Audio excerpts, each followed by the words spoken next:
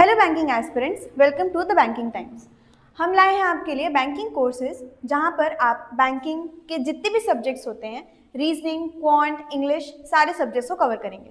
ठीक है, हमारे बैंकिंग के कोर्स जो होते हैं वो सारे बैंकिंग एग्जाम्स और इंश्योरेंस एग्जाम को टारगेट करते हैं, जैसे कि IBPS PO, IBPS clerk, IBPS RRB PO, IBPS RRB clerk, SBI PO, SBI clerk, LIC AO, LIC ADO, NIACL AO, GICAO और UIICAO, NICL AO और OICL AO।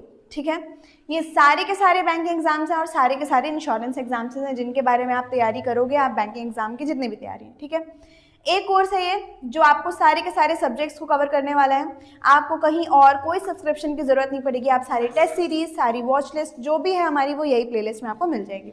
ठीक है, आज जो है वो क्लास, वो फाउंडेशन क्लास है इंग्लिश का। हमारे पास रीजनिंग की क्लास और क्वांट की क्लास भी अवेलेबल रहेगी कुछ दिनों में।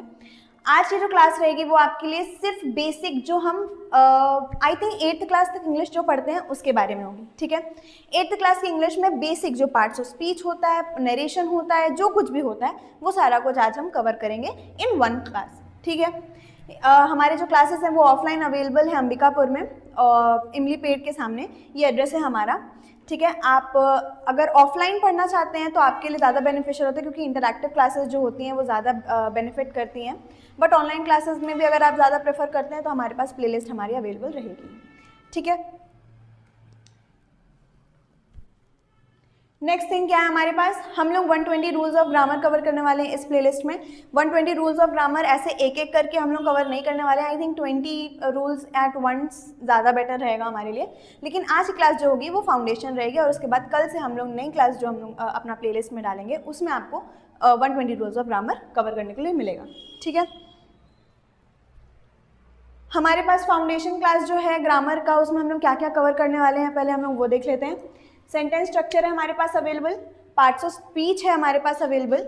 ठीक है, अब सेंटेंस स्ट्रक्चर क्या है वो एक्चुअल में एग्जाम में काम नहीं आ रहा होता है। ठीक है, एग्जाम में क्यों काम नहीं आता है, क्योंकि हमारे को स्ट्रक्चर को आइडेंटिफाई करने या फिर स्ट्रक्चर के टाइप को आइडेंटिफाई करने, वो सब के लिए हम लोग को नहीं बोला जाता है एग्जाम में। But as a English student आपको इतना पता होना चाहिए कि सेंटेंस का स्ट्रक्चर बनता कैसे है।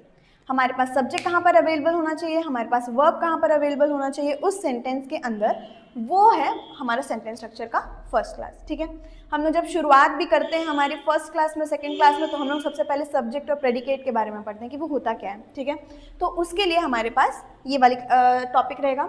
नेक्स्ट हमारे पास पार्ट्स ऑफ स्पीच, जिसके बिना सेंटेंस का एरर नहीं